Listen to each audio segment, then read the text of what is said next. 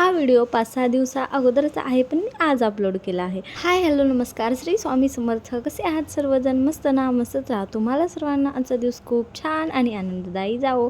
तर ना गेल्या गुरुवारी आम्ही गेलो होतो परळीला. त्याच अचानकच आमचं सकाळी सकाळी ठरलं की चला परळीला जाऊया. तर आई, मी, दादू, रिया आम्ही चौघजण गेलो होतो. अंबेजोगाईहून परळीला जायला जास्त काही वेळ लागत नाही, जास्तीत जास्त अर्धा तास लागतात. त्यानंतर तुम्ही म्हणाल की परळीला कशासाठी गेलात? तर ह्यांची मावशी आहे आणि खूप दिवसांनी त्या आईला बोलवत होत्या की परळीला ये, परळीला या. पण आईचं काही जाणं झालंच नाही. तर आज घरी होतं तर म्हणल्या चल आपण परळीला जाऊया, असंही काही करमत नाही. त्यासाठीच ना आम्ही अचानकच परळीला निघालो. जाताना त्यांना फोन वगैरे काहीच केला नाही आणि डायरेक्टली आम्ही त्यांच्या घरी गेलो. त्यांनाही खूप जास्त आनंद झाला, कारण की ना 2-3 वर्षानंतर आम्ही त्यांच्या घरी गेलो होतो. गावं कितीही जवळ असले तरीही जाणं काही होत नाही. त्याचं कारण म्हणजे ना आजकाल ना कोणालाच वेळ मिळत नाही, ज्याच्या ते कामामध्ये असतं. आणि ना आत्ताच्या काळामध्ये असं झालं की कोणी कोणाच्या घरी जास्त जात नाही, पण फक्त काही कार्यक्रम असेल तरच जातो.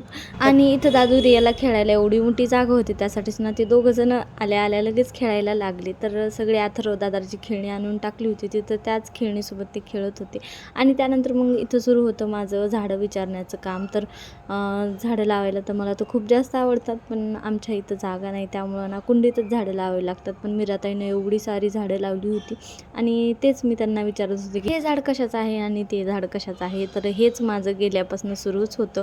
आणि लिंबाचं सुद्धा झाड खूप मोठं आहे, ते तुम्हाला मी स्टार्टिंगला दाखवलंच आहे. त्यानंतर मग मीराताई, मी आणि लेकरं गेलो होतो वैजनाथाला. तर मावशीच्या घरी मी 1-2 वेळेस गेले असेल, पण वैजनाथाला काही मी एकदासुद्धा गेले नव्हते. म्हणजे मी गेले होते पण माझं काही दर्शन झालं नाही, बाहेरूनच पायरीच्या पाया पडून आले होते. तर आज मात्र माझं निवांत आणि छान असं दर्शन झालं. रियाचं मात्र दुसरी वेळ आहे वैजनाथाचं दर्शन घ्यायला, माझी मात्र पहिलीच वेळ आहे. त्यानंतर मग आज परळीमध्ये गजानन महाराजांची पालखीसुद्धा थांबलेली होती, तर त्याचंसुद्धा आम्ही दर्शन घेतलं. तर आज इथं थांबली तर उद्या आमच्या इकडे यायचे, म्हणजेच अंबेजोगाईला गजानन महाराजांची पालखी येते. महाराजांची पालखी थांबली त्यामुळं ना एवढे सारे तिथं स्टॉल लागले होते वेगवेगळे, म्हणजे जत्राच भरली होती. आणि पूर्ण दिवस आमचा ह्याच जत्रेमध्ये आम्ही घातला आणि खूप सारी खरेदीसुद्धा केली. आणि त्यात आम्ही अगोदर सगळी खरेदी केली. त्यानंतर मग महाराजांच्या पालखीच्या पाया पडायला आलो. तर रिया एवढी बोर झाली होती, म्हणजे ना दिवसभर फिरून फिरून तिला झोप यायली होती. दादूला मात्र आणलं नव्हतं, त्याचं कारण म्हणजे ना दादू झोपी गेला होता, पण रिया काही झोपली नव्हती, माझ्या मागं लागली होती येते वेळेस, त्यासाठी तिला घेऊन आले होते.